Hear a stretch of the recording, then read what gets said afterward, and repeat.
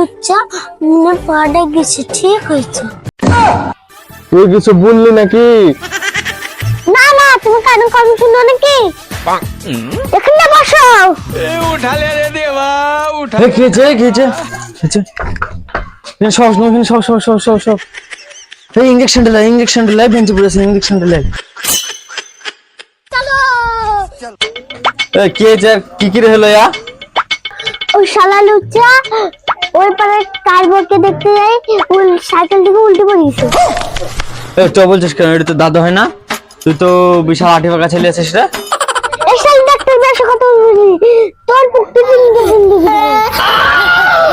Injection দে যা, হাট যা।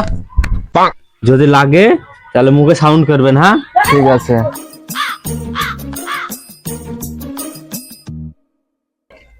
ক টাকা হলো ডাক্তার? ওই 535 টাকা হয়। 500 টাকা দেন আপনি, তাহলেই হবে।